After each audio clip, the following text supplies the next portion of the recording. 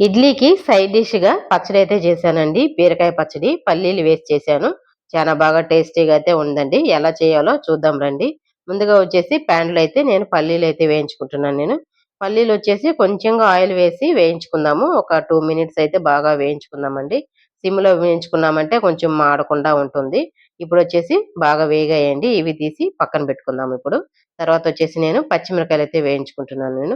పచ్చిమిరకాయలు, ఎండుమిరకాయలు 2 తీసుకున్నాను నేను. కారం తక్కువగా ఉన్నాయి గదా అని చెప్పేసి. ఇవి గూడా కొంచెంగా ఆయిల్ వేసి వేయించుకుందామండి. తర్వాతొచ్చేసి నేను బీరకాయ వచ్చేసి ఒక 2 బీరకాయలైతే కట్ జేసి పెట్టుకున్నాను నేను. అవి గూడా వేసి కొంచెంగా ఆయిలు, అలాగే కొంచెంగా సాల్టు ఇవన్నీ వేసి మూతబెట్టి ఒక 5 మినిట్స్ అయితే ఉడికించుకుందాము. బాగా మెత్తగా ఉడికాయంటే బావుంటుంది. ఈ ఇడ్లీకి, చట్నీకి సూపర్ కాంబినేషన్ అండి. బీరకాయ పచ్చడి బాగా సూపర్‌గా ఉంటుందండి. ఇడ్లీలో తింటుంటే మనకి నోట్లో నీళ్లూరినట్టుగా ఉంటుంది. టేస్టీగా సూపర్‌గా ఉంటుందండి.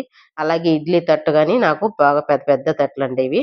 ఇడ్లీ గూడా పెద్దగా వస్తాయి. వేడి వేడిగా ఇడ్లీ అయితే రెడీ అయిపోయిందండి. ఇప్పుడు మనము చట్నీ అయితే తొందరగా రెడీ జేసుకోవాల్సిందేను. చూడండి బీరకాయ వచ్చేసి కొంచెం ఒక 2 మినిట్స్ అయితే ఉడకాలి.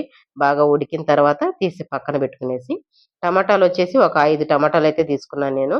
ఇందులో వచ్చేసి నేను చింతపండు ఒక 2 పించి చింతపండు, వెల్లుల్లిపాయి, అలాగే వచ్చేసి కొత్తిమీర, పుదీనా, కరివేపాకు ఇవన్నీ వేసి ఒక ఉల్లిపాయ ఇవన్నీ వేసేసి బాగా ఆయిల్ కొంచెం వేసేసి మూతబెట్టి ఉడికించుకుందామండి. టమాటాలు బాగా మెత్తగా మగ్గిపోయాయండి. ఇప్పుడొచ్చేసి మనము చట్నీ వచ్చి మిక్సీ చేసుకుందాము. పల్లీలు, పచ్చిమిరకాయలు ఇవన్నీ వేసి ఒక తిప్పు తిప్పుకున్నామంటే తర్వాతొచ్చేసి టమాటాలైతే వేసుకుందాము. ఉప్పు వేయాలండి కొంచెంగా చూసి. తర్వాత టమాటాలు వేసుకున్నామంటే అవి గూడా టమాటాలు చూసుకొని తిప్పుకోవాలండి. ఎక్కువగా తిప్పామంటే నున్నంగా అయిపోతుంది చట్నీ. మనకి గెంటితోటి కలిపెట్టుకుంటూ తిప్పుకున్నామంటే కొంచెం ఒక్కలు ముక్కలుగా వస్తుందండి. నాకు చట్నీ కొంచెం ఎక్కువైపోయింది. పచ్చడి కొంచెం పక్కన తీసి పెట్టేసి బీరకాయ అయితే వేస్తున్నాను. లాస్ట్‌లో బీరకాయ వేసామంటే బావుంటుందండి. ఇప్పుడైతే పచ్చడైతే రెడీ అయిపోయింది. తాలింపయితే వేసుకుందామండి. తాలింపులో వచ్చేసి జీలకర్ర, ఆవాలు, అలాగే ఉద్దిపప్పు, కరివేపాకు కొంచెము, ఇంగువ, ఒక ఎండుమిర్చి అయితే వేస్తున్నానండి. తాలింపులోకి చాలా బావుంటుంది. ఇంగువ వేసుకున్నామంటే ఇంకా సూపర్‌గా టేస్ట్‌గుంటుందండి. పచ్చడి అయితే రెడీ అయిపోయిందండి. ఈ పచ్చడి వచ్చేసి మనకి ఇడ్లీకి బావుంటుంది, దోసకి, అలాగే రైస్‌కి అన్నిటికి బావుంటుందండి. కారం ఎక్కువగా వేసుకున్నాం గదా! నచ్చిందా మీకు? చానా బావుంటుందండి కాంబినేషను. టైం దొరికినప్పుడు మీరు ఇంట్లో ట్రై జేసి చూడండి. చాలా సూపర్‌గా టేస్ట్‌గా ఉంటుందండి ఈ పచ్చడైతే.